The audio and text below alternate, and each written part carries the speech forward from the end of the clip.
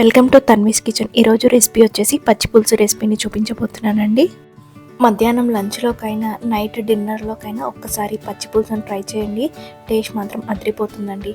ఈ పచ్చి పులుసును అన్నంలో వేసుకొని తినటమే కాదండి, తాగేస్తారు కూడా. అంత రుచిగా ఉంటుంది పచ్చి పులుసు. సో ఇక లేట్ చేయకుండా ఈ సింపుల్ అండ్ టేస్టీ పచ్చి పులుసు రెసిపీని ఎలా చేసుకోవాలో చూసేద్దామా. మనం ఇక్కడ ముందే ఒక పెద్ద నిమ్మకాయ సైజ్ అంతా చింతపండును తీసుకొని ఒకసారి వాష్ చేసుకొని నీళ్లు వేసి ఈ చింతపండును ఒక హాఫ్ అన్ అవర్ నానబెట్టుకోవాలండి. ఇప్పుడు ఒక గిన్నె తీసుకొని ఇందులో పొడవుగా సన్నగా కట్ చేసుకున్న ఆనియన్స్ని వేసుకోవాలండి. వీటిలోనే 1 టీ స్పూన్ జీలకర్ర, అలాగే నీట్గా వాష్ చేసుకున్న కాడలతో సహా కొత్తిమీర వేసుకోవాలండి. వీటితో పాటు 2 రెమ్మల కరివేపాకు, అలాగే హాఫ్ టీ స్పూన్ ఉప్పును వేసుకోవాలండి. మనం వేసుకున్న ఇంగ్రీడియంట్స్ అన్నీ ఉప్పులో బాగా కలిసిపోయేటట్టు మ్యాష్ చేస్తూ కలపాలండి. ఆనియన్స్ని ఇలా మ్యాష్ చేస్తూ కలపటం వల్ల పచ్చి పులుసులో ఆనియన్స్ సాఫ్ట్గా జ్యూసీగా చాలా టేస్టీగా ఉంటుందండి. సో ఇలా సాఫ్ట్గా అయ్యేటట్టు కలుపుకున్నాం కదా. ఇప్పుడు ఈ ఆనియన్స్ని పక్కన పెట్టేసి మనం ముందుగా చింతపండు నానబెట్టుకున్నాం కదా, దాని నుంచి ఇప్పుడు రసాన్ని తీసుకుందామండి. చూడండి, చింతపండు నుంచి ఈ విధంగా రసాన్ని తీసుకున్నాం కదా. మనం ముందుగా ఆనియన్స్ కలిపి పెట్టుకున్నాం కదా, దానిలోకి ఈ చింతపండును డైరెక్ట్గా వడకట్టుకుందామండి. ఒక్కసారి చింతపండు నుంచి చింతపండు రసాన్ని తీసాం కదండి, మళ్ళీ ఇంకోసారి చింతపండులో కొద్దిగా వాటర్ వేసి ఇంకోసారి చింతపండు రసాన్ని తీసుకుందామండి. మనకు ఎంత కావలిస్తే అంత చింతపండు రసాన్ని ఈ విధంగా వడకట్టుకోవాలండి. ఇలా చింతపండు రసంలో ఇప్పుడు పులుపుని అడ్జస్ట్ చేసుకుంటూ వాటర్ని కూడా వేసేసుకోవాలండి. ఇప్పుడు ఇందులో 1 టీ స్పూన్ కారం వేసుకోవాలండి. నేను ఇందులో పచ్చిమిర్చిని కూడా యాడ్ చేస్తాను. సో కారం చూసి యాడ్ చేసుకోండి.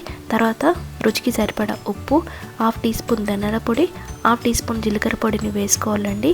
తర్వాత ఇందులో షుగర్ కానీ లేదా బెల్లం కానీ 1 టీ స్పూన్ దాకా వేసేసుకోండి. ఇప్పుడు ఒక పచ్చిమిర్చిని ఇలా సన్నగా తరిగి వేసుకోవాలండి. మనం వేసుకున్న ఉప్పు, కారం, బెల్లం చారులో బాగా కలిసిపోయేటట్టు అంతా ఒకసారి మంచిగా కలుపుకోవాలండి. బెల్లం అంతా కరిగిపోయిన తర్వాత ఇప్పుడు ఈ చారుని పక్కన పెట్టేసి ఇందులోకి పోపును ప్రిపేర్ చేసుకుందామండి. స్టవ్ వెలిగించి స్టవ్ మీద పోపు ప్యాన్ పెట్టుకొని అందులో 1 టేబుల్ స్పూన్ ఆయిల్ని వేసి హీట్ చేసుకోవాలండి. ఆయిల్ హీట్ అవ్వగానే ఇందులో 1 టీ స్పూన్ జీలకర్ర ఆవాలను వేసి ఫ్రై అవ్వనివ్వాలి. జీలకర్ర ఆవాలు ఫ్రై అయిన తర్వాత హాఫ్ టీ స్పూన్ అల్లం వెల్లుల్లి పేస్ట్ని వేసి అల్లం వెల్లుల్లి పేస్ట్ని కూడా పచ్చివాసన పోయి చక్కగా ఫ్రై చేసుకోవాలండి. ఇప్పుడు నేను స్టవ్ ఆఫ్ చేస్తున్నానండి. ఈ వేడి సరిపోతుంది. తర్వాత ఇందులో 2 ఎండుమిర్చిని వేసుకోవాలి. అలాగే చివరగా హాఫ్ టీ స్పూన్ పసుపును కూడా వేసి ఈ పోపునంతా ఒకసారి కలుపుకోవాలండి. నేను ముందే స్టవ్ ఆఫ్ చేశాను కాబట్టి ఈ వేడికి ఇవన్నీ వేగిపోతాయండి. సో ఇప్పుడు పోపు ప్రిపేర్ అయిపోయిందండి. మనం ముందుగా ప్రిపేర్ చేసుకున్న చారులో ఈ పోపును వేసేసుకుందామండి. ఈ పచ్చి పులుసుని రైస్లో కానీ లేదా చికెన్ ఫ్రై లేదా ఏదైనా వెజ్ ఫ్రైలోకి చాలా టేస్టీగా ఉంటుందండి. లేదా ప్లెయిన్ రైస్లో తిన్నా కూడా చాలా బాగుంటుంది. చూసారు కదా ఈ పచ్చి పులుసును ఎంత సింపుల్గా టేస్టీగా చేసేసుకోవచ్చో. డెఫినెట్గా మీరు ఒకసారి ట్రై చేయండి. ఈ పచ్చి పులుసు చేయడానికి పెద్ద ప్రాసెస్ ఏమీ ఉండదండి, ఎక్కువ టైం కూడా ఏమీ పట్టదండి. చాలా సింపుల్గా టేస్టీగా ఈజీగా ఈ పచ్చి పులుసును చేసేయచ్చండి. చూసారు కదా ఈ సింపుల్ ప్రాసెస్తో టేస్టీ అయిన పచ్చి పులుసును చేయడం ఎంత ఈజీయో. డెఫినెట్గా మీరు ఒకసారి ట్రై చేయండి.